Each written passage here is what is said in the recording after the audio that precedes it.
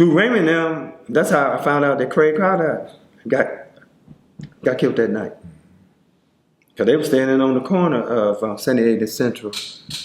I forgot who else was there. It was about 4 or 5 of them, and me and Short Dog walked up, going to Fremont, on our way to Fremont, and we walked up, seen them on the corner, and you could tell that something happened, cause it was sad too. And we asked them, what happened? And they said that Craig had got killed the night before. Killed him right on that corner. And not long after the funeral, Raymond went to jail.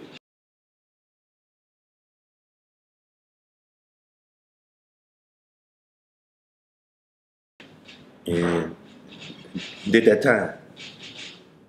You sure he went to jail in 72? Yeah, he went to jail in 72.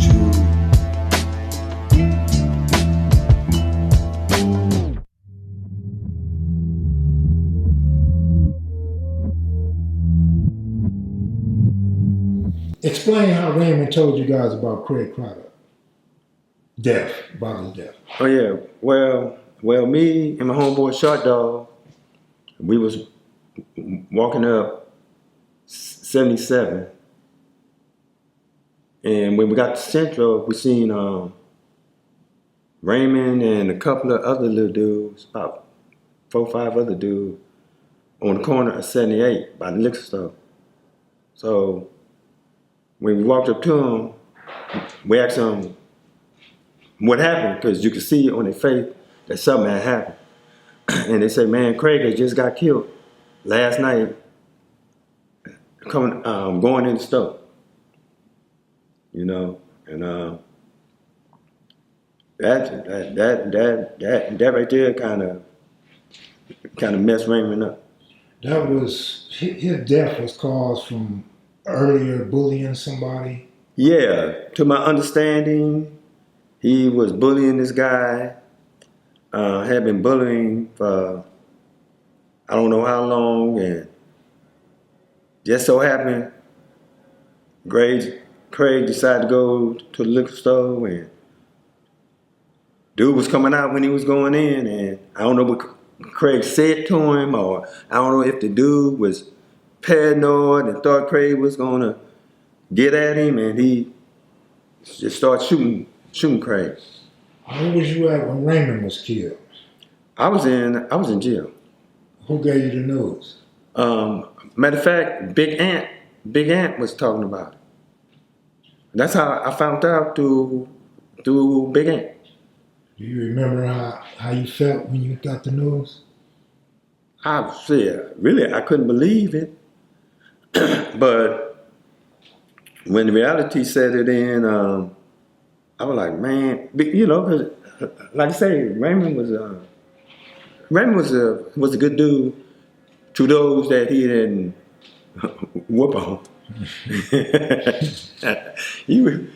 Raymond was a good dude, man. I mean, all the time I was around him, he was a good dude, you know. Did he give you guys positive words of encouragement when he sang you guys? Well, you know what? One time I can remember Raymond saying something positive. We was at the California gym on 67 and Broadway. California gym where a lot of dudes just go and lift weights at. And Raymond was there. Big Country from the Brims was there. That was around the time they was having the Round Table Peace Treaty. So Country was able to come there to that gym around Crips, you know. And both of them were speaking some positive stuff. And Raymond mentioned, he said, man, it's a trip how a Crip leader and a Brim leader now is sitting here talking. You know, after all the warring they was doing between one another, now they sitting there talking, you know. And that's one time I remember, Raymond speaking some positive stuff. All other time, Raymond was awful to doing some wrong, you know, all the other time. Some crip stuff, you know, or stealing. One time we had a party over there off of Hoover. Hoover in like I think 78, 77 Hoover at a party, and my muffler had fell on my 65 Chevy. So I had jacked it up, and Raymond gave me some stands to put up under my car so it would fall on me. So, but he back there trying to steal the man battery behind me. He got the man hood up trying to get the man battery, and the man come out with a shotgun. Damn. And he broke. You know what I'm saying? Raymond broke? Yeah, he broke running. A few other people scattered because the man out here with this shotgun. I stayed by my car. Probably wasn't a good thing to do, but he didn't shoot me though.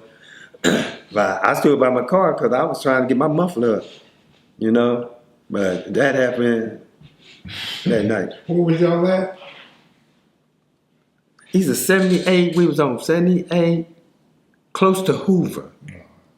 Yeah, you did say who. Yeah, between Figueroa and Hoover, but close to Hoover at a party. And I was parked across the street from the party. You know, and Raymond, he had this, I think he had a 62 at that time. And he's a 61 or 62. He was parked like a few houses down across the street on the same side of the party. So he broke out running toward his car and stuff.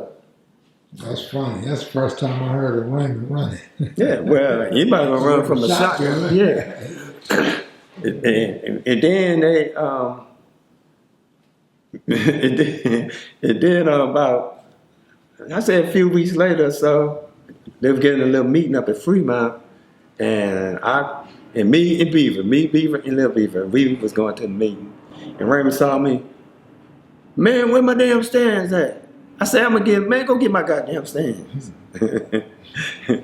he forgot about them stands. Was he mad or was he joking?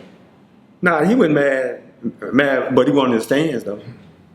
I remember them stands back in the day. Yeah, to put them up on there so your car won't fall. Mm-hmm. Yeah, but Raymond was a good dude. Man. So back to when you got the news. Describe how you felt. Well, I didn't like what I heard because, you know, I liked the dude. I looked up to him. You know, it's a few dudes that I ever looked up to out there in the street, and Raymond was one of them. Raymond, Pitbull, Eddie Haythorne, number one, them dudes I looked up to because, you know, we young and we seeing them out there getting their squabble on and so forth, and you want to be just like them, you know. You never wanted to be like the Avenues or the Sausons? Nah,